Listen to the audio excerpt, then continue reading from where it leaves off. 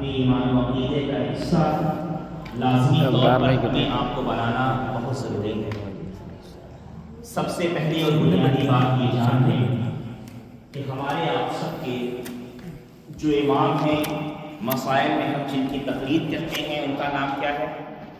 ہم اپنے آپ کو کیا کہتے ہیں؟ حنفی تو کہتے ہیں، حنفی کہتے ہیں نا سب لوگ؟ کیا کہتے ہیں؟ اس سے بول کر سے بتائیں۔ حنفی کہتے ہیں نا؟ کس کی نسبت سے؟ امام اعظم ابو حنیفہ رضی اللہ تعالیٰ کی نسبت سے۔ کس کی نسبت سے؟ امام اعظم ابو حنیفہ کی نسبت سے اپنے آپ کو کیا کہتے ہیں؟ حنفی۔ زور سے بول کر بتائیں، کیا کہتے ہیں؟ حنفی۔ حنفی کہتے ہیں۔ عزیزان محترم، اگر ہم اپنے آپ کو حنفی کہتے ہیں تو ہمیں چاہیے کہ ان کی باتوں پر کان نہ دھر کے سیدھے سیدھ بات امام اعظم ابو حنیفہ رضی اللہ تعالیٰ عنہ کی سنیں۔ امام اعظم نے اہل سنت و جماعت کے تقریباً 12 شرائط بیان فرمائے ہیں کہ یہ 12 شرائط ہیں جو ہر سنی کے لیے لازم اور ضروری ہیں۔ انہی شرائط میں سے ایک شرط یہ ہے کہ امام اعظم ابو حنیفہ فرماتے ہیں کہ تفضیل الشیخین کا عقیدہ رکھنا یہ سنی کے لیے لازم اور ضروری ہے۔ ابھی مجھ سے قبل مولانا صاحب دلہ فرما رہے تھے کہ افضلیت اور فضیلت یہ دو الگ چیزیں ہیں۔ افضلیت اور فضیلت یہ دو الگ چیزیں ہیں۔ فضیلتیں بہت وارد ہوئی ہیں، مگر صدیق اکبر کے بارے میں ایک مسلمان کا جو نظریہ ہونا چاہیے وہ افضلیت والا ہونا چاہیے، اور یہ افضلیت والا نظریہ یہ ہمارا آپ کا بنایا ہوا نہیں بلکہ خدا بند قدوس کی جانب سے مرتب کردہ یہ افضلیت والا عقیدہ اور نظریہ ہے۔ امام اعظم حنیفہ فرماتے ہیں کہ اہل سنت کی پہچان یہ ہے کہ تفضیل الشیخین وحب الختنین ومسح علی الخفین، کہ اہل سنت کا یہ طریقہ اور ان کا نظریہ اور عقیدہ یہ ہے کہ اہل سنت شیخین کی افضلیت کا قول کرتے ہیں۔ شیخین کون؟ صدیق و عمر کی افضلیت کا قول کرتے ہیں، اور حب الختنین یعنی سرکار مدینہ صلی اللہ علیہ وسلم کے دونوں داماد عثمان ذو النورین اور مولا کائنات حیدر کرار رضی اللہ تعالی عنہما کی محبت اپنے دل و جان کا حصہ اور اپنی محبت کا جزو لا یطفق بناتے ہیں۔ وہ مسح علی الخفین اور موزوں پر مسح کرتے ہیں۔ تو عزیزان محترم، ہمیں آپ کو چاہیے کہ اس حوالے سے زیادہ ان کی باتیں نہ سنیں۔ قرآن مقدس کی 2 آیت کریمہ مجھ سے آپ اس سے قبل بھی کئی مرتبہ سن چکے ہیں کہ قرآن کی سب سے عظیم تفسیر وہی ہوتی ہے کہ قرآن کی تفسیر قرآن سے کی جائے، اور قرآن کی تفسیر جب قرآن سے کی جاتی ہے تو بات بہت زیادہ مدلل ہو جاتی ہے، مضبوط و مستحکم ہو جاتی ہے۔ قرآن ایک جانب کہتا ہے کہ اللہ کے نزدیک اکرم وہ ہے جو زیادہ متقی ہے، پرہیزگار ہے، اور قرآن کی دوسری آیت کہتی ہے کہ سب سے بڑا پرہیزگار صدیق اکبر رضی اللہ تعالیٰ عنہ کی ذات ہے۔ تو قرآن کی ان دونوں آیتوں کو جب ملاتے ہیں تو نتیجہ نکلتا ہے کہ صدیق اکبر چونکہ اتقیٰ ہے اس لیے اکرم ہے۔ تو میرے عزیز، صدیق اکبر رضی اللہ تعالیٰ عنہ کی افضلیت کو سمجھیں۔ صدیق اکبر کے بہت سارے مقامات ہیں، اور صدیق اکبر کی حیات طیبہ پر گفتگو کرنے کے لیے بہت سارے پہلو ہیں، مگر ایک پہلو بس اپنی نگاہ کے اندر رکھیں کہ قرآن مقدس کی آیت کریمہ ہے۔ اللہ تعالیٰ فرماتا ہے اذ ہما فی الغار اذ یقول لصاحبہ ثانی اثنین اذ ہما فی الغار اذ یقول لصاحبہ لا تحزن ان اللہ معنا۔ قرآن مقدس کی اس آیت کریمہ کے اندر اگر آپ غور کریں گے تو اس آیت کریمہ کے ضمن میں سیدنا صدیق اکبر رضی اللہ تعالی عنہ کے اس قدر فضائل بیان کیے گئے ہیں کہ بندہ حیران رہ جاتا ہے کہ اللہ تبارک و تعالیٰ نے کس قدر صدیق اکبر کے فضائل کو بیان فرمایا ہے۔ عزیزان محترم، اس آیت کریمہ میں ایک لفظ ہے ثانی اثنین، 2 میں سے دوسرا۔ صدیق اکبر کا یہ کمال ہے کہ صدیق اکبر سیدنا سرکار مدینہ محمد عربی صلی اللہ علیہ وسلم کی قربت خاص اور حضور صلی اللہ علیہ وسلم کی معیت خاصہ کی اس منزل اور اس مقام پر پہنچے ہوئے ہیں کہ صرف ایک مقام پر ثانی اثنین نہیں بلکہ سبحان اللہ سبحان اللہ ثانی اثنین کے مرتبے پر فائز بے شک حق ہے سبحان اللہ سبحان اللہ ثانی اثنین کا مقام اتنا بلند ہے میرے عزیز کہ آپ اٹھا کر کے دیکھیں دو میں سے دوسرا یہ کون ہے؟ سیدنا صدیق اکبر رضی اللہ تعالیٰ عنہ کا مقام ہے. جب سرکار مدینہ سے پوچھا گیا کہ یا رسول اللہ کل قیامت کے دن جب حشر کا میدان قائم ہوگا تو سب سے پہلے کون اٹھے گا؟ اللہ کے رسول فرماتے ہیں کہ سب سے پہلے میں میدان حشر میں حاضر ہوں گا. پھر کہا گیا یا رسول اللہ آپ کے بعد سب سے پہلے کون حاضر ہوگا؟ وہاں بھی ثانی اثنین کا جلوہ نظر آتا ہے. سبحان اللہ فرماتے ہیں کہ سب سے پہلے میرے بعد جو بندہ حشر کے میدان میں موجود ہوگا وہ کوئی اور نہیں صدیق اکبر رضی اللہ تعالیٰ. صدیق اکبر رضی اللہ تعالیٰ عنہ کا مقام دیکھنا ہے تو آپ دیکھیں دو میں سے دوسرا جب غار میں جاتے ہیں تو غار میں جانے میں بھی دو میں سے دوسرے ہیں. جب مزار میں جاتے ہیں تو وہ مزار جو حجرہ عائشہ ہے سرکار مدینہ صلی اللہ علیہ وسلم کا وہ روضہ اطہر یہ شان صدیق اکبر اور صدیق اکبر کی بیٹی کی ہے میرے عزیز کہ وہ حجرہ جس حجرے کی مٹی کا کمال یہ ہے کہ جو مٹی سرکار مدینہ صلی اللہ علیہ وسلم کے جسم سے ٹچ کر رہی ہے وہ مٹی عرش اعظم سے افضل ہے. وہ مٹی کسی اور کے گھر کی نہیں سیدنا صدیق اکبر کے بیٹی سیدہ عائشہ صدیقہ رضی اللہ تعالیٰ عنہ کی ہے. عزیزان ملت وہی سیدنا صدیق اکبر رضی اللہ تعالیٰ عنہ آپ دیکھیں کیا مقام کیا مرتبہ ثانی اثنین کا جلوہ کیسے ثانی اثنین کا جلوہ کیسے سیدنا صدیق اکبر رضی اللہ تعالیٰ عنہ کی ذات میں اور آپ کے مقدس وجود کے اندر نظر آتا ہے. یہ ایک دو مرتبہ نہیں بارہا ایسا ہوا. کچھ تو تاریخ اور احادیث کے ذریعے سے کچھ تو ظاہر کر دیے گئے تاکہ اگر کوئی نہ مانے دلیلیں مانگے ثبوت طلب کرے تو اس کا منہ بند کر دیا جائے. ورنہ کتنے ایسے مقامات ہیں جس سے آج تک پردے پڑے ہوئے ہیں. اللہ تعالیٰ نے جسے چاہا اسے وہ پردے اٹھا کر کے دکھا دیا کہ دیکھ کیا ہے صدیق اکبر کا مقام. صدیق اکبر رضی اللہ تعالیٰ عنہ کا مقام دیکھنا ہے صدیق اکبر کا مرتبہ دیکھنا ہے تو آپ دیکھیں دو میں سے دوسرے جب غار میں جاتے ہیں تو بھی دو میں سے دوسرے ہیں. جب مزار میں جاتے ہیں تو بھی دو میں سے دوسرے ہیں. ہجرت کر رہے ہیں تو بھی دو میں سے دوسرے ہیں. ایمان لانے کا معاملہ ہے تو بھی دو میں سے دوسرے ہیں. صدیق اکبر کا معاملہ یہ ہے کہ سرکار مدینہ کا وصال ہو رہا ہے منصب خلافت پر جو آ رہا ہے جانشینی کے فرائض کو انجام دے رہا ہے ظاہر و باطن میں سرکار مدینہ کی جو نیابت کر رہا ہے اسے کوئی اور نہیں صدیق اکبر رضی اللہ تعالیٰ عنہ. صدیق اکبر رضی اللہ تعالیٰ عنہ کا مقام کیا ہے میرے عزیز؟ اس قدر متقی اس قدر پرہیزگار ہیں. ابھی آپ نے سنا کہ جب سرکار مدینہ کی محبت میں سرشار پورا مدینہ اور صحابہ کرام اپنے انداز میں اپنے عشق کا اپنی محبت کا اظہار کر رہے تھے کوئی تلواریں سوٹ کر کے میدان میں آ گیا تھا کہ کسی کی ہمت کسی کی مجال کی کہہ دے محمد عربی وصال کر گئے ہیں میں اسے زندہ نہیں چھوڑوں گا. ایسے ماحول کے اندر صدیق اکبر رضی اللہ تعالیٰ عنہ اپنے عشق پر پہرے بٹھاتے ہیں اپنی محبت پر پہرے بٹھاتے ہیں. اور پھر کیا ہوا کہ صدیق اکبر سرکار مدینہ کے وصال کے بعد جب بھی کبھی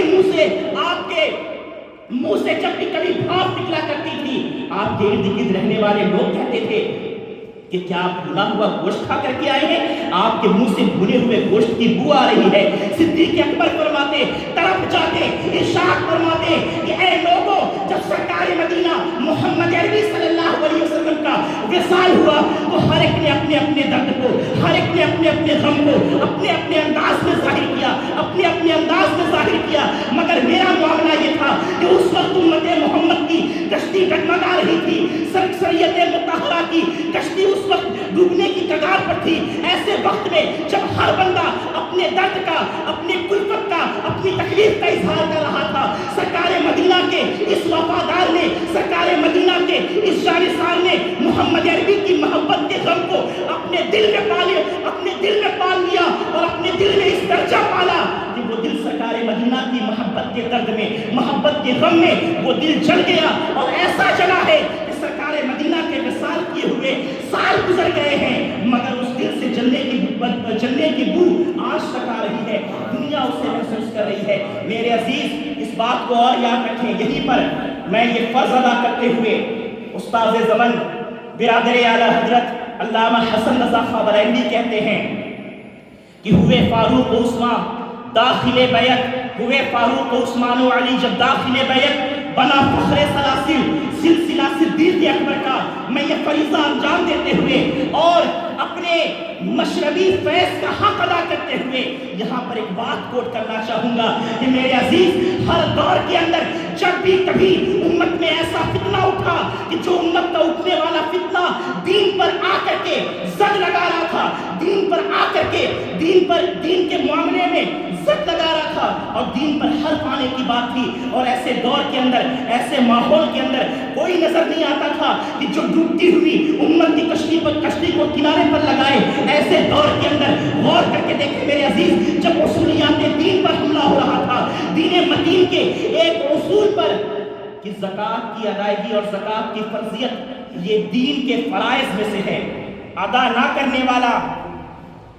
کرنے والا جہاں گناہ کبیرہ کا مرتکب ہوتا ہے، مردود الشہادہ ہوتا ہے، وہیں انکار کرنے والا دائرہ اسلام سے نکل کر کے کافر ہو جاتا ہے۔ غور کر کے دیکھیں میرے عزیز، میں بہت قریب آپ کے ذہن کو لے کر جانا چاہتا ہوں کہ دیکھیں کہ صدیقی فیضان کیسے کہاں کب ظاہر ہوتا ہے کہ ایسے دور کے اندر جب کہ سرکار مدینہ کا وصال ہو گیا ہے، مجاہدین اسلام کا ایک عظیم مجاہدین اسلام صحابہ اکرام میں سے وہ لوگ کہ جو عظیم سپاہی کی حیثیت سے میدان جنگ کے اندر پیش رہتے تھے، ان کا ایک جتھا کہیں اسلام کی نشر و اشاعت کے لیے کسی سرحد پر داخل ہو چکا ہے۔ ایسے ماحول کے اندر سیدنا صدیق اکبر رضی اللہ تعالی عنہ کے اوپر یہ مصیبت آتی ہے کہ ایک جانب سے مسیلمہ کذاب نبوت کا جھوٹا دعوے دار اپنی سینگ نکال رہا ہے، اور ایک دوسری جانب منکرین زکوٰۃ کا فتنہ اٹھ رہا ہے۔ یہ منکرین زکوٰۃ کون؟ یہی زکوٰۃ کا انکار کرنے والے۔ زکوٰۃ کیا؟ میں نے ابھی بتایا کہ یہ اصولیات دین میں سے ہے، دین کے ضروریات دین میں سے ہے، اس کا انکار کرنے والا کافر ہو جاتا ہے۔ ایسے ماحول کے اندر جبکہ دین کے اصولیات کا انکار کیا جا رہا تھا، اس وقت میں سیدنا صدیق اکبر رضی اللہ تعالی عنہ نے اپنا سب کچھ راہ راست پر لگا کر کے جب کبھی کسی نے کہا کہ وہ جو قافلہ گیا ہوا ہے، وہ جو سپاہیوں کی فوج گئی ہوئی ہے، اسے بلا لیا جائے، صدیق اکبر کی مطابعت دیکھے، صدیق اکبر کا نقطۂ فکر دیکھے، صدیق اکبر کی محبت دیکھے، فرماتے ہیں کہ جس فوج کو سرکار مدینہ نے سرحد پر بھیجا ہو، صدیق کے اندر اتنی طاقت و ہمت نہیں ہے کہ اسے واپس بلائے۔ اگر مدینے کی گلی کوچوں کے اندر کتے مدینے کی عورتوں کے پنڈلیوں کے گوشت نوش کر کے بھاگ جائیں، پھر بھی صدیق اکبر اس جتھے کو اور اس فوج کو واپس نہیں بلائے گا۔ ایسے ماحول کے اندر صدیق اکبر رضی اللہ تعالی عنہ دین کے اصولیات کی پاسبانی کا اور دین کے اصولیات کی بقا کا وہ عظیم فریضہ انجام دے رہے ہیں کہ بڑے بڑے مورخین نے لکھا کہ اگر صدیق اکبر نے اس دور کے اندر جہاد کا حکم نہ دیا ہوتا، منکرین زکوٰۃ کے اوپر آپ نے چڑھائیاں نہ کی ہوتی، تو آج جس شکل و صورت کے اندر زکوٰۃ کا عظیم فریضہ ہمارے درمیان موجود ہے، شاید اس کی شبیہ بگڑ چکی ہوتی۔ سمجھ رہے ہیں بات آپ کہ صدیق اکبر نے منکرین زکوٰۃ کے خلاف اگر آواز اٹھائی ہے تو صبح قیامت تک کے لیے کوئی بھی منکر زکوٰۃ اپنے آپ کو مسلمان کہنے والا کوئی منکر زکوٰۃ پیدا نہیں ہوا۔ اور یہی سیدنا صدیق اکبر کا فیض جب 1000 سال کے فاصلے پر ہندوستان کی سرزمین پر شیخ سرہندی کے وجود کی شکل میں دنیا میں موجود ہوتا ہے، تو پھر دنیا نے دیکھا کہ جب دین کی اصولیات کو بدلا جا رہا تھا، دین الہی کے نام سے ایک مجموعہ لا کر کے اور ایک باطل عقائد و نظریات لا کر کے لوگوں کے سامنے پیش کیے جا رہے تھے، ایسے ماحول کے اندر یہ صدیقی فرزند، یہ فاروق اعظم کا تیور لے کر کے میدان عمل میں آتا ہے اور ایسی بہتری کرتا ہے کہ صبح قیامت تک کے لیے کوئی دین الہی کا ماننے جاننے والا تو دور کی بات اس کا نام لینے والا نہیں ہے۔ صدیق اکبر رضی اللہ تعالی عنہ کا معاملہ میرے عزیز یہ ہے کہ وہ ثانی اثنین ہیں، اور یہ ایک دو مقام پر نہیں، بہت سارے مقام پر سیدنا صدیق اکبر رضی اللہ تعالی عنہ کا کوئی ثانی نظر نہیں آتا، اور صدیق اکبر رضی اللہ تعالی عنہ دو میں سے دوسرے نظر آتے ہیں۔ قرآن مقدس کی میں نے ایک آیت کریمہ تلاوت کی، یہ آیت کریمہ شاید میں پہلی مرتبہ آپ کے سامنے بطور فضیلت صدیق اکبر میں پڑھ رہا ہوں، قرآن مقدس سورہ نور پارہ 18، اللہ تبارک و تعالی ارشاد فرماتا ہے وَلَا يَأْتَلِ أُولُو الْفَضْلِ مِنكُمْ وَالسَّعَةِ، اور قسم نہ کھائیں وہ جو تم میں فضیلت والے اور گنجائش والے ہیں، اور قسم نہ کھائیں تم میں سے وہ جو فضیلت والے ہیں اور گنجائش والے ہیں۔ کیا قسم نہ کھائیں؟ قرابت والوں اور مسکینوں اور اللہ کی راہ میں ہجرت کرنے والوں کو دینے کی، اور چاہیے کہ معاف کریں اور درگزر کریں۔ کیا تم اسے دوست نہیں رکھتے کہ اللہ تمہاری بخشش کرے اور اللہ بخشنے والا مہربان ہے۔ اب اس آیت کریمہ کے ضمن میں مفسرین کرام بخاری شریف کتاب المغازی کی حدیث پیش کرتے ہوئے استدلال کرتے ہیں کہ اس آیت کریمہ کا شان نزول یہ ہے کہ جب حضرت سیدنا صدیق اکبر رضی اللہ تعالیٰ عنہ نے اپنی خالہ کے بیٹے حضرت مصطح جو کہ مہاجر صحابہ میں سے تھے، ان کا نفقہ آپ نے اپنے اوپر لے رکھا تھا۔ نفقہ مطلب ان کا جو خرچ ہوتا ہے وہ اپنے اوپر لے رکھا تھا۔ کچھ معاملہ ہوا، کچھ انبن ہوئی، تو سیدنا صدیق اکبر نے چاہا کہ قسم کھا لیں کہ آج کے بعد حضرت مصطح کا نفقہ نہیں اٹھائیں گے، خرچ نہیں اٹھائیں گے، کھانے پینے رہنے اور کپڑے کا بوجھ ہم نہیں اٹھائیں گے۔ تو اس موقع پر اللہ تبارک و تعالی نے آج فضیلت کے جھگڑوں میں پانے والے اور افضلیت کے مسائل میں لوگوں کو الجھانے والوں کے لیے قرآن کی یہی آیت کافی ہے کہ اللہ تعالیٰ فرماتا ہے کہ صدیق اکبر جو اپنی خالہ زاد بھائی حضرت مصطح سے نفقے کو روک رہے ہیں، چاہیے کہ ابو بکر اس نفقے کو نہ روکے۔ کیوں نہ روکے؟ کیونکہ ابو بکر فضل والے ہیں، ابو بکر فضیلت والے ہیں۔ یہ میں نہیں کہہ رہا، اللہ تعالیٰ کا قرآن کہہ رہا ہے، سرکار مدینہ کی یہ حدیث کی روشنی میں بات کی جا رہی ہے۔ تو عزیزان محترم یہ جان لیں، ابھی جیسا کہ مولانا صاحب قبلہ نے کہا کہ چاہے کوئی بھی شخص اپنے نام کے ساتھ کسی بھی مشرب کا لاحقہ لگاتا ہو، اگر وہ اس افضلیت والے مسئلے میں ڈاوا ڈول ہے تو وہ سب کچھ ہو سکتا ہے، سنیت سے اس کا کوئی لینا دینا نہیں، سنیت سے اس کا کوئی لینا دینا نہیں، اور راہ نجات سنیت ہے۔ بے شک بے شک لوگ پیش کرتے ہیں کہ سیدنا امام شافعی رضی اللہ تعالی عنہ نے فرمایا کہ اے زمین و آسمان گواہ ہو جاؤ، اگر اہل بیت سے محبت کرنا ہی رجس کی علامت ہے، رافضی ہونا ہے، تو زمین و آسمان گواہ ہو جاؤ کہ اس معاملے میں میں رافضی ہوں۔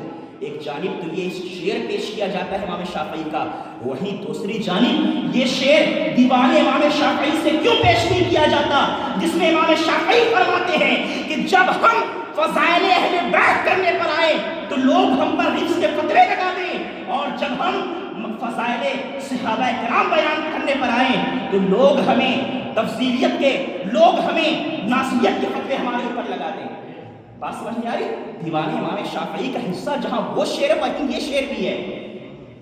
تو یہاں پر اس بات کو یاد رکھیں کہ عقائد، یہ جو فضیلت ہے نا، فضیلت کہ سیدنا عثمانی غنی کی یہ فضیلت ہے کہ وہ ذوالنورین بھی ہیں، سیدنا عثمانی غنی کی یہ فضیلت ہے کہ وہ سخیوں کے سردار ہیں، سیدنا عمر فاروق کی یہ فضیلت ہے، اور دیگر صحابہ کی یہ فضیلتیں ہیں، یہ فضیلتیں ساری فضیلتیں اپنی جگہ، مگر سیدنا صدیق اکبر کا معاملہ یہ ہے کہ صدیق اکبر رضی اللہ تعالی عنہ کا معاملہ فضیلت والا نہیں، افضلیت والا ہے۔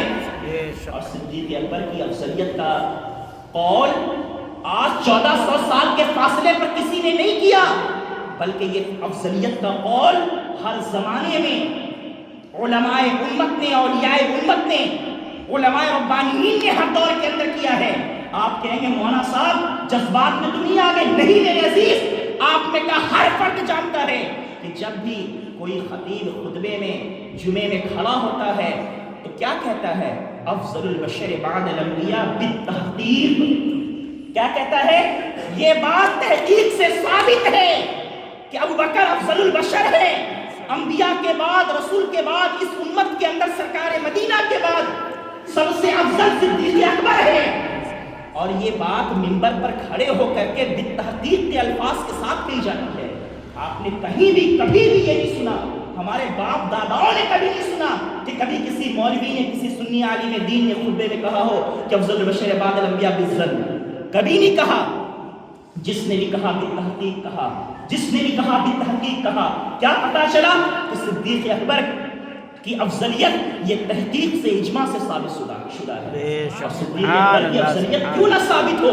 سرکار مدینہ فرماتے ہیں کہ صدیق اکبر کے علاوہ کوئی ایسا شخص نہیں ہے، کہ صدیق اکبر سے افضل کوئی شخص نہیں ہے کہ جس پر سورج طلوع ہوا۔ صدیق اکبر کی شان دیکھنی ہے، عزیزان ملت، اللہ کے رسول صلی اللہ علیہ وسلم ارشاد فرماتے ہیں کہ بہترین لوگ کی، خیر والے لوگوں کی 360 نشانیاں ہوتی ہیں۔ جس میں خیر ہوتا ہے، جس میں بھلائیاں ہوتی ہیں، ان میں 360 نشانیاں ہوتی ہیں۔ اور یہاں پر بڑی نفیس بات بیان کی گئی کہ انسان کے جسم میں جتنے ہڈی کے جوڑ ہوتے ہیں وہ بھی 360 ہوتے ہیں۔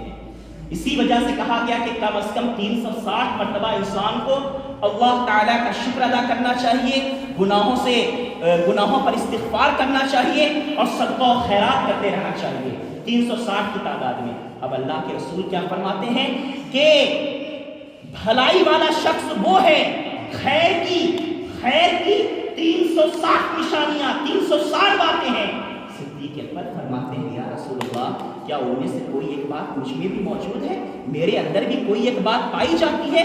خیر کی 360 علامتیں صدیق اکبر فرمائیں کہ کیا ان میں سے کوئی میرے اندر بھی پائی جاتی ہے؟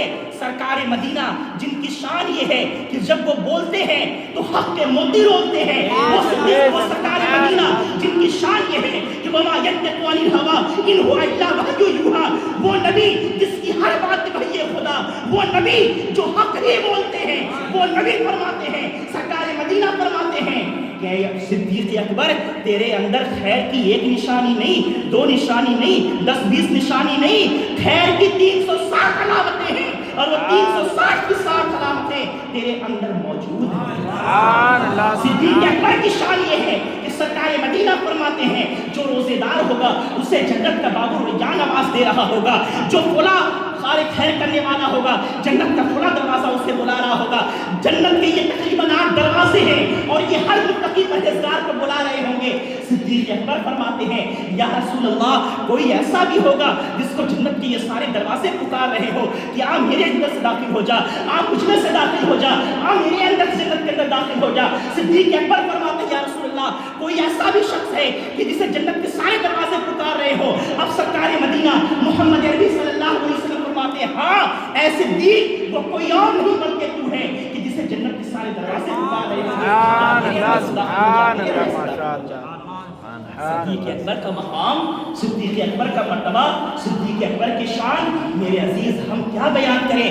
آج یہ جو شوشے اٹھائے جا رہے ہیں اس کی بنیادی وجہ یہ ہے کہ دنیا یہ جانتی ہے کہ مسلمانوں کے پاس آج جو محبت رسول کا اثاثہ موجود ہے، آج مسلمانوں کے پاس نسبت اہل بیت کا جو اثاثہ موجود ہے، آج مسلمانوں کے پاس جو محبت اہل بیت کا اثاثہ موجود ہے، آج مسلمانوں کے پاس جو قرآن کی دولتیں موجود ہیں، آج مسلمانوں کے پاس جو اسلام کے عظیم فرائض اور احکامات موجود ہیں، یہ سب کہیں نہ کہیں ان صحابہ کرام کی قربانیوں کے نتیجے میں ہم تک پہنچے۔ یہ دنیا بڑے الگ الگ میں آتی ہے اور یہ دنیا ہم سے یہی محبتیں صحابہ کرام چھین کر کے، اہل بیت کی عظمتیں چھین کر کے، ہمیں نہ گھر کا نہ گھاٹ کا ہونے کے لیے ہمیں لا کر کے کسی دوراہے پر چھوڑنے پر آمادہ ہو رہی ہے۔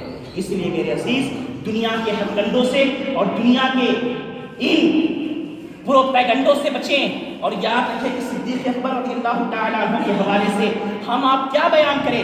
صدیق اکبر کے فضائل تو ان لوگوں نے بیان کیے جنہیں فضیلتیں دی گئی ہیں۔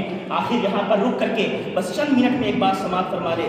رشید علی اللہم صلی علی سیدنا و شفیعنا مولانا محمد النبی صلی اللہ علیہ وسلم۔ میرے عزیز کسی کو میرے انداز سے تکلیف ہو سکتی ہے، مولانا عابد صاحب کے افکار سے، ان کے نظریات سے، ان کے انداز گفتگو سے کسی کو اختلاف ہو سکتا ہے، مگر میرے عزیز صدیق اکبر کی جو افضلیت کا قول ہے نا، یہ 1400 سال کے فاصلے پر بنارس کی سرزمین پر اورنگ آباد کی مسجد میں بیٹھ کر کے ہم جیسے نکمے ناکارے نہیں کر رہے ہیں۔ ہماری بات اچھی نہیں لگتی یار اٹھا کر کے پھینک دو، نہ مانو ہماری باتیں، غوث پاک کی بات تو اچھی لگتی ہے نا، غریب نواز کی بات تو اچھی لگتی ہے نا، خواجہ بندہ نواز گیسو دراز کی بات تو اچھی لگتی ہے نا، محبوب اولیاء نظام الدین کی بات تو اچھی لگتی ہے نا، ان لوگوں کی باتیں تو اچھی لگتی ہیں، ان کی باتیں مان لو، انہوں نے بھی اپنے ملفوظات میں، اپنے مواعظ میں، اپنے مکتوبات میں یہی لکھا ہے کہ صدیق اکبر کا پہلا نمبر ہے، صدیق اکبر افضل البشر بعد سبحان اللہ سبحان اللہ. اس لیے کسی بھی پروپیگنڈے، کسی بھی وسوسے میں پڑنے کی ضرورت نہیں ہے.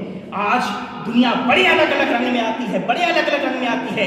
کوئی آ کر کے کہتا ہے کہ امامت کا حق سیدنا صدیق اکبر کا نہیں بلکہ مولا کائنات علی شیر خدا کا تھا. ارے تم اپنے قول میں جھوٹے ہو سکتے ہو، وہ علی جس کے سامنے بڑے بڑے پہلوان نہ ٹھہر سکے، وہ علی جو فاتح خیبر ہے، وہ علی جسے خیبر کی فتح کا علم سرکار مدینہ عطا کرتے ہیں، وہ مولا کائنات جس کی شجاعت، جس کی بہادری کے شامیانے اس دور کے بڑے بڑے صحابہ کرام نے بجائے، ہر ایک صحابی نے بجائے، اور ایک صحابی نے اقرار کیا، وہ مولا کائنات سے اس کا حق چھینا جاتا رہا اور مولا کائنات خاموش تماشائی بنا رہا. خدا کے واسطے امت کو مولا کائنات کے حوالے سے اتنا بزدل نہ کرو. مولا کائنات علی شیر خدا بڑے بہادر کا نام ہے، بڑے دلیر شخص کا نام ہے، وہ حیدر کرار ہیں، وہ فاتح خیبر ہیں. مولا کائنات کا معاملہ یہ ہے کہ جب وہ شام میں شام میں تشریف لے کر کے آتے ہیں تو آپ سے کہا گیا کہ ایک شخص ہے جو آپ کو شیخین پر فضیلت دیتا ہے، کہتا ہے کہ مولا علی ابو بکر و عمر سے افضل ہیں، اس کے بارے میں آپ کیا کہتے ہیں؟ حضرت مولا کائنات علی شیر خدا باب مدینۃ العلم حضرت علی کرم اللہ تعالی وجہہ الکریم فرماتے ہیں کہ اسے تنبیہ کر دو کہ ابھی تو یہ بات اس نے کہہ دی، اگر دوبارہ یہ بات اس کے منہ سے سنی گئی تو اس کے اوپر وہ حد، وہ سزا جاری ہوگی جو ایک مفتری کی، ایک تہمت لگانے والے، ایک جھوٹے کی جو سزا ہوتی ہے. اسے اتنے کوڑے لگائے جائیں گے جتنے ایک تہمت لگانے والے پر لگائے جائیں گے. یہ میں نہیں کہہ رہا، مولا کائنات علی شیر خدا فرما رہے ہیں.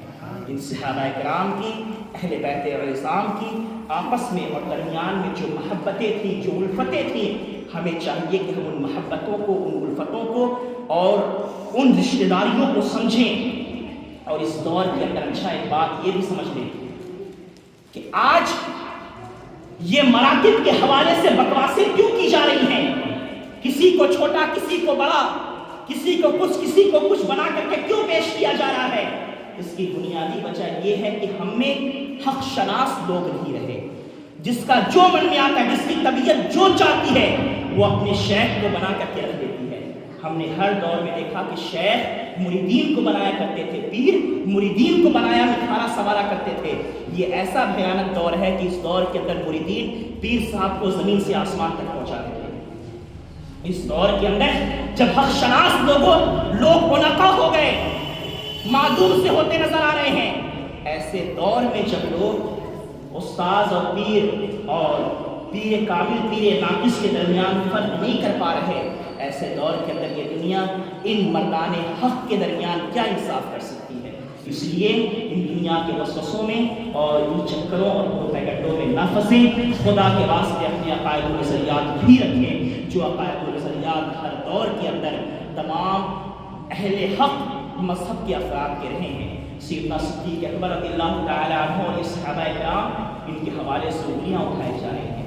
میں میرے عزیز یہاں پر بڑی قرآن مقدس سے استدلال کر کے یہ بات کہہ رہا ہوں کہ آج جو لوگ صحابہ کرام کی زندگیوں پر انگوش نمائیاں کرتے ہیں، صحابہ کرام کے حوالے سے بکواسیں کرتے ہیں، انہیں چاہیے کہ وہ لوگ اپنے ایمان کا جائزہ لیں. کہیں ایسا تو نہیں کہ ان کا ایمان ان سے رخصت ہو گیا ہے؟ کہیں نہ کہیں صحابہ کی ذات پر انگلیاں اٹھانا یہ حقیقت میں اللہ تبارک و تعالیٰ کے فرمان پر اور اللہ تبارک و تعالیٰ کے مقصد پر انگلی اٹھانے کی طرح ہے. اس کی وجہ کیا سمجھتے ہیں؟ اس کی بنیادی وجہ یہ ہے کہ اللہ تعالیٰ نے فرمایا کہ نبی کے بھیجنے کا مقصد یہ ہے کہ یہ لوگوں کا تزکیہ کرتے ہیں، لوگوں کے دلوں کو صاف و ستھرا کرتے ہیں، لوگوں کے باطن کو مصفا، مجلہ، منقع، منزہ کرتے ہیں. سرکار مدینہ کی آمد کا مقصد کیا ہے؟ کہ لوگوں کے دل صاف ہوں، سرکار مدینہ کی آمد کا مقصد کیا ہے کہ لوگوں کے ظاہر و باطن آراستہ پیراستہ ہو. تو اگر آپ یہ کہہ رہے ہیں 1400 سال کے فاصلے پر کہ سیدنا صدیق اکبر یا دیگر صحابہ کرام میں یہ کمی تھی، یہ خامی تھی، یہ کمی تھی، یہ خامی تھی، پتہ کیا چلا کہ آپ سرکار مدینہ کی تربیت پر انگلی اٹھا رہے ہیں. کہ سرکار مدینہ جنہیں منزہ کرنے کے لیے، جنہیں مزکا کرنے کے لیے اللہ نے بھیجا تھا، اس سرکار مدینہ نے لوگوں کا تصفیہ نہیں کیا، لوگوں کے دلوں کو صاف نہیں کیا، لوگوں کے منوں کو ستھرا نہیں کیا. اس لیے میرے عزیز صحابہ کرام کی ذات پر انگلی اٹھانے سے پہلے 1000 مرتبہ ہمیں سوچنا چاہیے کہ ہم کس پر انگلی اٹھا رہے ہیں. یہ وہ مقدس اشخاص اور یہ وہ مقدس اصحاب ہیں جن کے ذریعے سے ہم تک دین کے اصول و فروع پہنچے ہیں، ورنہ ہم دین کے اصول و فروع سے انتہائی بے بہرا تھے. میرے عزیز یہ باتیں بتانے کی اس لیے بھی ضرورت ہے کہ آج ہر ایک شخص کے ہاتھ میں ایک موبائل ہے جس کے اوپر کوئی شخص بھی آتا ہے اپنے جوش کے اندر اور اپنے جوش خطابت میں زمین و آسمان کے گلابے ملاتا رہتا ہے. ایسے دور میں ہمیں اور آپ کو چاہیے کہ حق تک پہنچنے کے لیے جتنی بھی کوششیں، جتنی بھی محنتیں ہو سکتی ہیں، وہ تمام محنتیں، وہ تمام کوششیں کریں. ایک بات یہاں پر میں وضاحت کے طور پر بیان کروں. یہ بات اکثر و بیشتر آپ دیکھیں گے بزرگان دین کے یہاں جس کثرت کے ساتھ مولا کائنات حضرت علی شیر خدا رضی اللہ تعالیٰ عنہ کے فضائل ہیں، ان فضائل کو لوگوں نے جمع کر کے اسے افضلیت کا لباس دینا چاہا ہے. سیدنا مولا کائنات کا مقام و مرتبہ اپنی جگہ مسلم، وہ جس جگہ پر ہیں ان کی جگہ پر کوئی اور نہیں ہے. ان کا جو مقام ہے، جو مرتبہ ہے، وہ اللہ و رسول ہی بہتر جانتے ہیں. عزیزان ملت، مگر سیدنا صدیق اکبر رضی اللہ تعالیٰ عنہ کا جو مقام ہے اسے نہ سمجھنے کی بنیادی وجہ یہ ہے کہ مولا کائنات حضرت علی شیر خدا رضی اللہ تعالیٰ عنہ کمالات ولایت والوں کے سر خیر اور سردار ہیں. میں آسان کر کے آپ کو سمجھا رہا ہوں کہ کمالات ولایت جن لوگوں کو بھی عطا ہوا، وہ چاہے ما قبل میں ہو یا ما بعد میں ہو، سیدنا مولا کائنات کے کمالات ولایت حضرت سیدنا مولا کائنات علی شیر خدا رضی اللہ تعالیٰ عنہ سے پہنچا. کمالات ولایت کا جو فیض ہے وہ مولا کائنات سے ہی پہنچا، اور اسی بنیاد پر لوگوں نے اس قدر فضائل سنے، اور حقیقت میں مولا کائنات کے بے انتہا بے شمار فضائل ہیں. علی کو دیکھنا عبادت ہے، علی کا ذکر عبادت ہے، سب کچھ اپنی جگہ مسلم ہے. مگر جب بات افضلیت کی آئے گی تو اہل سنت کا دامن ہاتھ سے نہیں چھوٹنا چاہیے. مولا کائنات کا اپنا عقیدہ اور نظریہ ہاتھ سے نہیں چھوٹنا چاہیے. میں یہ عرض کر رہا ہوں یہاں پر کہ اس طرح کی جب باتیں کبھی بھی درمیان میں آتی ہیں، مولا کائنات چونکہ کمالات ولایت کے سرخیر اور سردار ہیں، ما قبل اور ما بعد میں جس کسی کو بھی ولایت، کمالات ولایت سے فیض پہنچا وہ مولا کائنات کے ذریعے اور واسطے سے ہی پہنچا ہے. مگر ایسے بہت کم لوگ ہوئے، گنے چنے لوگ ہوئے جنہیں کمالات نبوت سے فیض پہنچا. اور یہ کمالات نبوت سے فیض کسی اور کے واسطے اور ذریعے سے نہیں بلکہ سیدنا صدیق اکبر رضی اللہ تعالیٰ عنہ کے ذریعے اور واسطے سے پہنچا ہے. اور یہ کمالات نبوت کا فیض یہ ائمہ اثنا عشریہ تک پہنچا. پھر یہ ظاہر ہوا سیدنا غوث اعظم عبد القادر جیلانی، سیدنا غوث اعظم رضی اللہ تعالیٰ عنہ کے اوپر، اور پھر یہ کمالات نبوت ظاہر ہوئے ہیں. امام ربانی، دندیر نورانی، رمز حقانی، آیت من آیات ربانی، شیخ الاسلام والمسلمین، خصوص سیدنا شیخ مسلمدی مجدد الاسلام تعالیٰ عنہ. اور اب یہ کمالات نبوت کا ظہور اگر کسی پر ہوگا تو امام مہدی رضی اللہ تعالیٰ عنہ کے ساتھ. سبحان اللہ، سبحان اللہ. لوگ اس باریکی کو سمجھ نہیں سکے اور لوگوں نے یہاں پر تھوڑا سا دھوکہ کھا لیا. اس لیے ساری فضیلتیں اپنی جگہ مسلم. مولا کائنات کی فضیلت وہ ہے کہ بندہ دنیا کے جتنے لکڑیاں اور درخت ہیں وہ قلم بن جائے، مولا کائنات کی تعریف و توصیف لکھتے رہیں، ختم ہو جائیں گے یہ سارے درخت، مگر مولا کائنات کی تعریف مکمل ہونے کا نام نہیں لے گی. مولا کائنات کی تعریف اپنی جگہ مسلم میرے عزیز، مولا کائنات کی مقام و مرتبہ اپنی جگہ مسلم ہے. مگر جب بات افضلیت کی آئے گی تو اہل انصاف، اہل حق کا تو رائے امتیاز یہ ہوگا کہ 1000 محبتیں اپنی جگہ، مگر جو حق ہے اسے تسلیم کیا جائے۔ آپ حدیث شریف سنیں، کبھی موقع آتا نہیں، آپ حضرات ہوتے نہیں، تھوڑا سا دیر اور بیٹھے صدیق اکبر کی محفل میں، اور یہ محفل ایسی نہیں کہ اسے آج 1400 سال کے فاصلے پر ہم سجا کر کے بیٹھے ہیں۔ صدیق اکبر کی محفل تو سرکار مدینہ نے قائم فرمائی تھی، صدیق اکبر کی شان و عظمت تو سرکار مدینہ نے بیان کی، اور یہ لفاظی نہیں ہے، سرکار مدینہ صلی اللہ علیہ وسلم کے بارگاہ کے وہ ناطخاں، وہ مداح جسے درباری ناطخاں ہونے کا مقام و مرتبہ حاصل تھا، وہ حسان بن ثابت جو کبھی سرکار مدینہ کی تعریف و توصیف کرتے ہیں تو کہتے ہیں وَأَحْسَنُ مِنْكَ لَمْ تَرَ قَطُّ عَيْنِي وَأَجْمَلَ مِنْكَ لَمْ تَلِدِ النِّسَاءُ خُلِقْتَ مُبَرَّأً مِنْ كُلِّ عَيْبٍ كَأَنَّكَ قَدْ خُلِقْتَ كَمَا تَشَاءُ۔ وہ حسان بن ثابت جو سرکار مدینہ کی تعریف و توصیف کرتے ہیں، وہی سرکار مدینہ مسجد نبوی میں موجود ہے، سرکار مدینہ صلی اللہ علیہ وسلم مسجد نبوی میں موجود ہیں، حسان بن ثابت بھی ہیں۔ حسان بن ثابت سرکار مدینہ کی نعت پڑھنا چاہتے ہیں کہ اتنے میں سرکار مدینہ فرماتے ہیں اے حسان کیا تو نے کبھی اے حسان درشے پر اللہم صلی علی سیدنا و شفیعنا مولانا، اے حسان کیا تو نے ابو بکر کے بارے میں بھی کچھ کہا ہے؟ اے حسان تو بار بار میری تعریفیں کرتا ہے، میری نعت کہتا ہے، کیا تو نے ابو بکر کے بارے میں بھی کچھ کہا ہے؟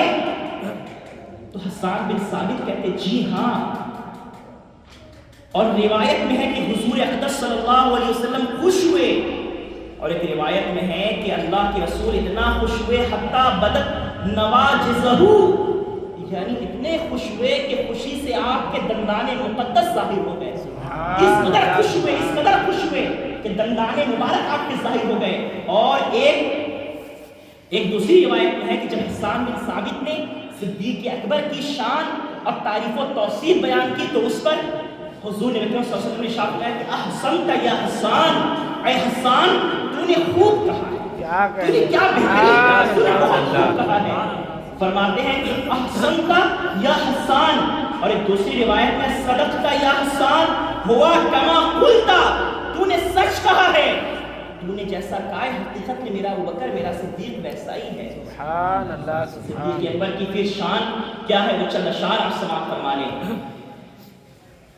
اذا تذکرت شجوا من اخی ثقۃ فاذکر اخاک ابا بکر بما فعل، خیر البریۃ اتقاها وعادلها بعد النبی واوفاها بما حمل، الثانی التالی المحمود مشهده واول الناس منهم صدق الرسول، والثانی اثنین في الغار المنیف وقد طاف العدو به الصعد الجبل۔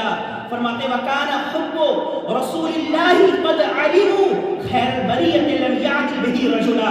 فرماتے کہ اور کیا مطلب، یہ سارے اشعار ہیں، بس اس کا ترجمہ سماعت فرما لیں۔ فرماتے ہیں کہ وہ دو کے دوسرے تھے جو تھے غار ثور میں، فرماتے غار شریف میں وہ دو کے دوسرے تھے، بے شک ان کے گرد دشمن نے چکر بھی لگایا جب وہ دشمن پہاڑ پر چڑھا، اور فرماتے ہیں کہ وہ رسول اللہ صلی اللہ علیہ وسلم کے دوست اور محبوب تھے۔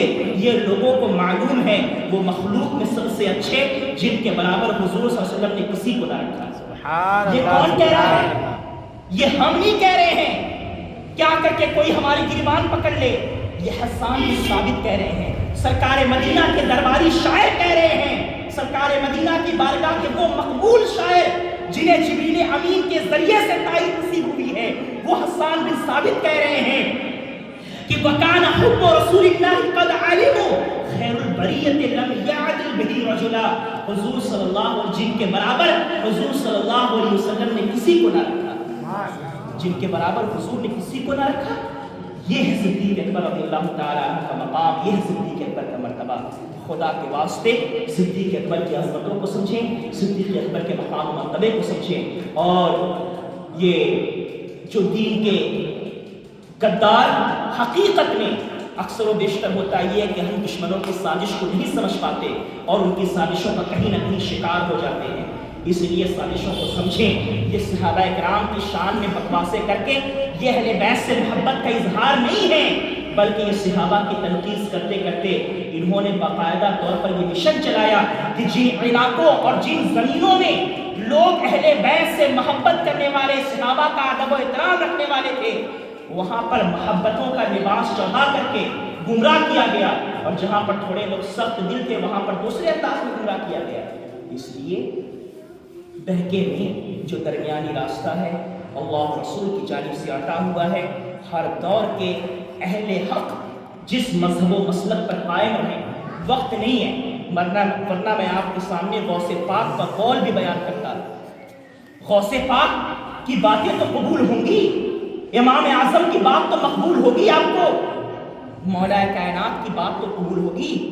مولا کائنات حضرت علی شیر خدا کی روایت کو جو میں نے ابھی بیان کی، اور دوسری ایک اور روایت سنیں، مولا کائنات علی شیر خدا سے جب کسی نے آ کر کے کان میں پھونکنا چاہا، وہ جیسے آج کل لوگ پھونک دیتے ہیں کہ اے علی، امامت کا حق تو آپ کا تھا، یہ خلافت کا حق تو آپ کا تھا، ابو بکر تو ایسے ہی لگتا ہے خلیفہ بن گئے۔ تو حضرت مولا کائنات علی شیر خدا رضی اللہ تعالی عنہ فرماتے ہیں کہ خبردار خبردار، ہم نے وہ ابو بکر جس کو اللہ کے رسول صلی اللہ علیہ وسلم نے ہمارے دین کا امام اور پیشوا بنایا، ہم نے اسے اپنی دنیا کا بھی امام اور پیشوا بنایا۔ اللہ کے رسول فرماتے ہیں کہ امت کے لیے یہ بات ہرگز مناسب نہیں ہے کہ امت میں ابو بکر موجود ہو اور دوسرا کوئی آ کر کے منصب امام سے۔ روایتیں بتاتی ہیں سیدنا صدیق اکبر رضی اللہ تعالی عنہ کا مقام یہ ہے کہ جب سرکار مدینہ بسترے اس بستر پر کہ جس پر سے آپ کا وصال ہو گیا اور آپ پر ایک الگ کیفیت آپ پر طاری رہی چند دنوں، پھر اس کے بعد آپ کا وصال ہو گیا، اس وصال والے مرحلے سے ہٹ کر کے غالباً جنگ احد کے اندر جب حضرت بلال نے اذان دی اور نماز پڑھانے کی باری آئی تو ایک دوسرے ہر ایک کو جب تاکا جانے لگا تو ہر ایک کی نگاہ اگر کسی کے پاس جا کر کے رکی کہ امامت کون کروائے تو ہر ایک کی نگاہ صدیق اکبر کے پاس جا کر کے پھیلی ہے کہ سرکار مدینہ ابھی کہیں مصروف ہے، تشریف نہیں لائے ہیں، اگر نماز کی امامت کرنی ہے تو پھر صدیق اکبر ہی آ کر کے امامت کروائیں گے۔ اور پھر اسے سرکار مدینہ صلی اللہ علیہ وسلم نے اپنے حیات ظاہری میں وصال شریف سے پہلے 17 وقت کی نمازوں کی امامت کروا کر کے صدیق اکبر کی امامت کروا صدیق اکبر سے امامت کروا کر کے دنیا والوں کو بتا دیا کہ صدیق اکبر ہی سرکار مدینہ صلی اللہ علیہ وسلم کا جانشین اور صدیق اکبر ہی سرکار مدینہ کا خلیفہ بلا فصل ہے۔ صدیق اکبر رضی اللہ تعالی عنہ ہی حضور نبی کریم صلی اللہ علیہ وسلم کے خلیفہ بلا فصل ہیں۔ اس چیز کو ہمیں اور آپ کو دل و جان سے ماننا چاہیے۔ یہ عقیدہ سنیوں کے لیے انتہائی لازمی اور ضروری ہے، اور ایسا ہرگز نہیں ہے کہ چلو بھائی ٹھیک ہے اگر یہ عقیدہ سنیوں کے لیے ضروری ہے تو ہم سنی نہیں ہے پھر ہم کچھ اور ہیں تو آپ کچھ اور رہیں گے تو کہیں اور رہیں گے۔ نجات کی جو راہ اور نجات کا جو طریقہ ہے وہ اہل سنت و جماعت ہے۔ سرکار مدینہ نے فرمایا کہ نجات پانے والے وہ ہیں ما انا علیہ واصحابی، جو میری سنت پر اور میرے صحابہ کی جماعت پر اور ان کے پیچھے پیچھے جو چلتے ہیں وہی نجات پانے والے ہیں۔ تو یہ نجات یافتگان کا طریقہ ہے کہ صدیق اکبر اور عمر فاروق کو افضل جانتے ہیں، خاتنین سے محبت کرتے ہیں، اور یہ ترتیب خلافت ہے، یہ ترتیب فضیلت بھی ہے۔ بلکہ یہاں پر بعض لوگ دھوکہ کھا جاتے ہیں، اور یہی وجہ سے حضرت اکثر ایسا ہوا کہ لوگ یہ سمجھتے ہیں کہ مولا کائنات کو خلیفہ بلا فصل لوگ اس لیے بھی کہتے ہیں کہ مولا کائنات جب خلیفہ بلا فصل ہوں گے تو لا محالہ وہ افضل ہو جائیں گے۔ لوگوں کی غلط فہمیاں یہ ہے، یہ خلافت کی ترتیب فضیلت، خلافت کی ترتیب کی وجہ سے فضیلت نہیں ہے۔ بات کو سمجھیں، خلافت کی ترتیب کی وجہ سے فضیلت نہیں ہے کہ اگر آپ کسی دوسرے والے کو پہلے پر یا تیسرے والے کو پہلے پر یا چوتھے والے کو پہلے پر رکھ دیں گے تو فضیلت ہو جائے گی، نہیں۔ یہ ترتیب خلافت ہے، ترتیب فضیلت کی بنیاد پر ہے۔ ترتیب جو خلافت ہے وہ ترتیب فضیلت کی بنیاد پر ہے، یعنی اللہ و رسول کے نزدیک جو افضل تھا وہ پہلا خلیفہ بنا، اس کے بعد جو افضل تھا وہ دوسرا خلیفہ بنا، اس کے بعد پھر فضیلت والے معاملات ہیں۔ عزیزان ملت، یہ ترتیب خلافت اس ذہن کے اندر رکھیں۔ صدیق اکبر کے حوالے سے یہ نظریہ، یہ عقیدہ اپنے دل و دماغ میں جما لیں اور کسی کی بات سننے کی کوئی ضرورت نہیں ہے. یہ حق سے دور لوگ اور حقیقت سے دور لوگ ہیں. ورنہ جتنی بھی آپ غور کر کے دیکھیں، خواجہ بندہ نواز گیسو دراز کوئی معمولی شخص کا نام ہے؟ نظام الدین اولیاء محبوب الہی کسی معمولی شخص کا نام ہے؟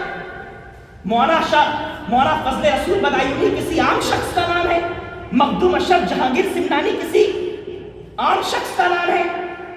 ان جیسے مشاہیر اولیاء امت نے دین کی تبلیغ و ترویج میں جنہوں نے اپنا تن من دھن سب کچھ قربان کر دیا، سلطنتوں کو ٹھوکریں مار دی، ان مشاہیر اولیاء کرام کا عقیدہ اور نظریہ یہ ہے کہ امت میں سب سے افضل سیدنا صدیق اکبر ہیں، پھر فاروق اعظم ہیں.